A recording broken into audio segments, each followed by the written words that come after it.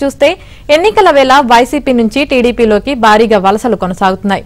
ఉండవల్లిలోని చంద్రబాబు నివాసం వద్ద టీడీపీ జాతీయ అధ్యక్షుడు నారా లోకేష్ సమక్షంలో అనంతపురం, గుంటూరు జిల్లాలకు చెందిన కీలక నేతలు టీడీపీలో చేరారు. వారికి నారా లోకేష్ టీడీపీ కండువాలు కప్పి పార్టీలోకి ఆహ్వానించారు.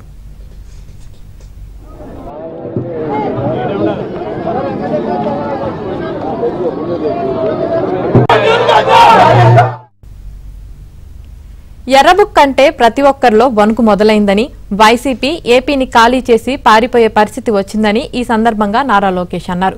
టీడీపీ, జనసేన, బీజేపీ పొత్తు అనేది రాష్ట్ర ప్రజల భవిష్యత్తు కోసమేనని చెప్పారు.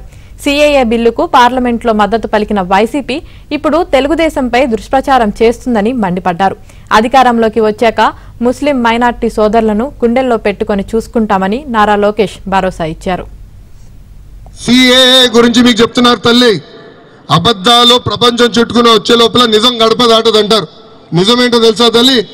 ఈ సీఏఏ బిల్లుకి మద్దతు తెలిపింది వైకాపా పార్టీ ఎంపీలు జగన్మోహన్ రెడ్డి గారు పక్కన నుంచునే విజయసాయి రెడ్డి గారు. మళ్ళీ ఆనాడు తెలీదా ఎన్ని మాటలు? అంటే అబద్ధాలు చెప్తున్నారు, కావాలని మన మధ్య విద్వేషాలు రెచ్చగొట్టడానికి ప్రయత్నిస్తున్నారు.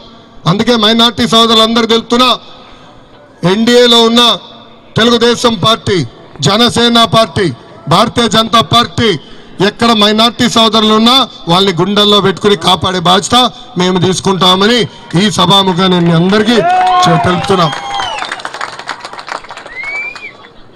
అమ్మా, ఈ పొత్తు ఆంధ్ర రాష్ట్రం కోసం చేసిన పొత్తు. ఈ ప్రభుత్వం 12 లక్షల కోట్ల రూపాయలు అప్పు చేసింది. రేపు సంక్షేమ అభివృద్ధి కార్యక్రమాలు చేయాలంటే కేంద్ర ప్రభుత్వ సహకారం చాలా చాలా అవసరం.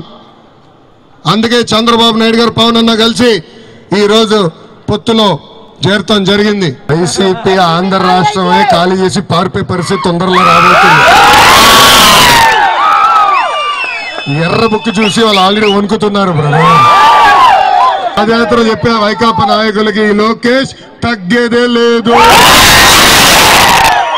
అరే బాంబులకే భయపడిన కుటుంబం మాది. వీళ్ళు పెట్టే చిల్లర కేసులు మనం భయపడతామా?